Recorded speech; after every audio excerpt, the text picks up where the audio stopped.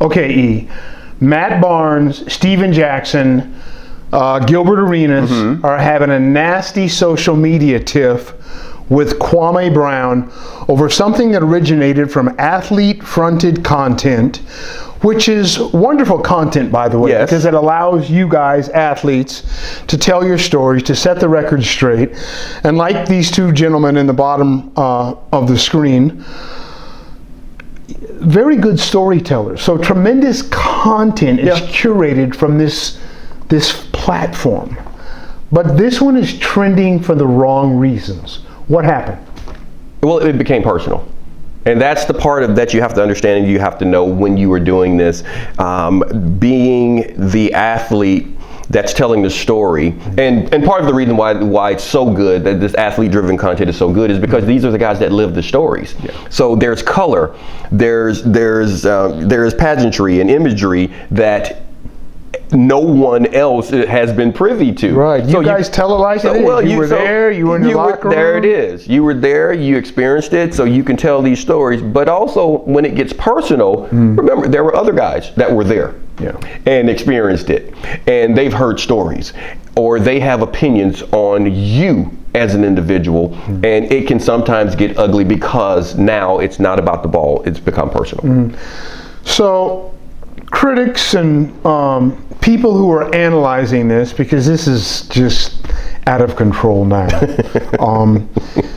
They say Matt and Gilbert and Steven went personal first, and then other people are saying no, Kwame went personal first. Well, but this whole thing goes back before ever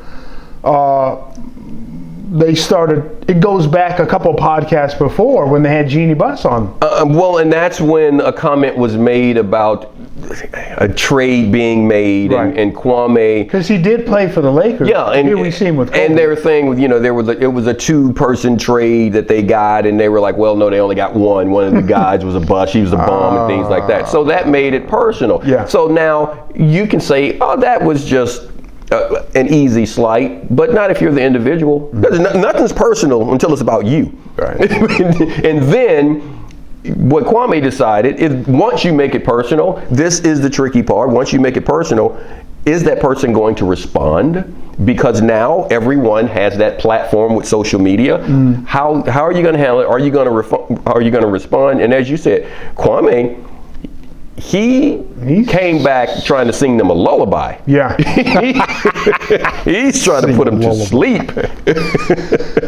Well, you and I are not going to settle this debate on the greatness or lack of greatness with Kwame's career. We're here to let athletes know this format, athlete digital fronted content, is not going anywhere. But there's some rules that you would like to pass on when you find yourself on the receiving end of such criticism. Ask yourself, what? Is it true? Is it true? That's the first thing. Just because a negative comment is out there and you don't like it, is it true? Is it about the ball? Is it about how you play the game? Is it about your performance or lack thereof? If the comments are based in fact, even if it's an opinion, but if it's based in fact that you didn't perform up to the standard, ask yourself this question: is that the standard that you believe you should have performed up to? Right. If it's true, then you need to just take a breath, take the hit, and move on. There's no reason to sit there and get huffy about something that you even agree with. Secondly, ask yourself, in the expression of truth, as you call it, was it personal? While commenting on your ball, did it remain there? While commenting on your performance, did it remain there? While commenting on your perceived lack of success, and success can be measured in a lot of different ways, but your perceived lack of success, did it get personal? Again, if it was not personal, then move on. Right. If there's no truth, if there's not a lack of truth in it, I should say, if there's not a lack of truth in it, then move on. But if there are false statements, or if it gets personal, now you have to decide what you want to do as the person on the receiving end, as the athlete on the receiving end. Also, if it is not true, if it became personal, as the person making the comment, as the athlete, you are now a media member. You decided to sit in that chair as the media member.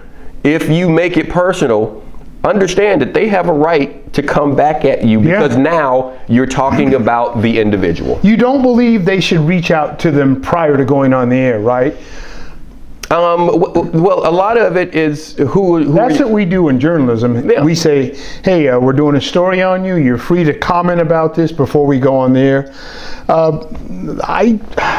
I don't think that's necessary. I don't think that's necessary. I don't think it's ever necessary unless you're trying to do something that's personal. If it's something personal, if I am talking if I am talking about you if I'm talking about Mark Watts, the person, not Mark Watts, the instructor, but if I'm talking about Mark Watts, the person, I should inform you that I'm going to have a discussion about your personal life, about my personal. A lot of people have come after me. I always take the high road. Well, but these are the things that I say. That's the only time that I think you should do it. I shouldn't have a reason to contact you for when I'm just discussing playing a game. Right. I don't need to call every player if I'm just talking about the highlights of the game last night or the upcoming game, because we're talking strategy. We're talking just performance.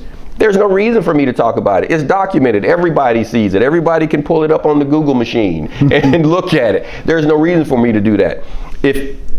Which means it should never get personal.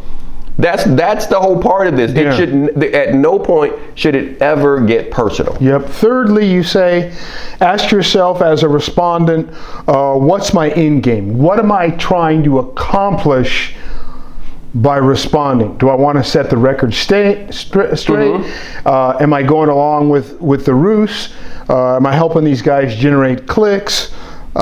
There's a lot of things you have to ask yourself once you decide to respond. Can the conflict, perceived conflict, the hurt that I'm feeling, because it's a personal attack, the way it may be affecting my family, the way it may be affecting my work, my brand, the way all of those things are happening, is there conflict resolution by responding? That's the bottom line.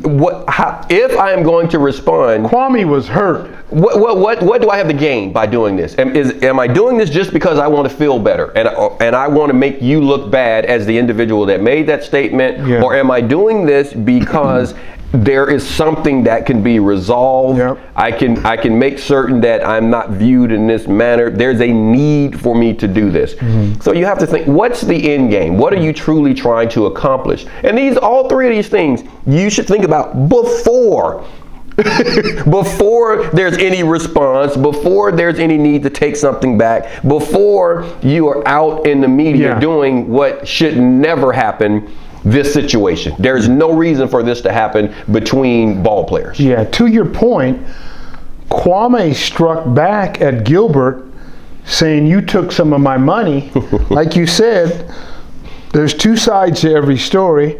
Kwame struck back at Gilbert over some stuff he believed happened when they were teammates from 2001 to 2005. So I'm just saying that to your point. Be careful, because another guy was there too. Well, once it gets personal, then all of these situations that or conflicts that could have arisen within the locker room, you don't know. I don't know how another guy feels about a deal that I took, or his lack of playing time, or whatever. What I do know is that nobody wants to be the backup. No one wants to be. Nobody wants to be a scrub. No one wants to be called a scrub. Everyone wants to be the star. Everyone that plays a professional game at some point, they were pretty good. They were one of the stars. So it's difficult when you're trying to be the alpha of the alphas. So that is something that you never know what's going to happen. And again, as this media, as this athlete-driven content continues to fill the airwaves, we have to understand that you can't make it personal, because it can get ugly like this. Because as you said, more than one person was in the room. This one's resulted in threats. Never should happen. Ridiculous. Kwame striking back, calling Matt Becky with the good hair. That's just out of bounds. Again, he's trying to. Well, it's why. See, this is what I'm going to say about it. They hit him. Is it necessary? No. If you feel like it's personal, is it going to happen? Yes, because that's what happens. Right. And it may be the simple slight of, you called me a bum. Well, you made it personal. So now I'm going to call you Becky. Again, that's how I feel. And everything is off base once you start to make it personal. I mean, well, nothing is out of bounds. Nothing is out of bounds once you make it personal. And that's what has happened. It gets ugly. With more athletes having podcasts and generating their own athlete-driven social and digital content, this is going to continue. These are the rules. If you want the education to continue, subscribe to our channel. Visit our site, athletebrandguard.com.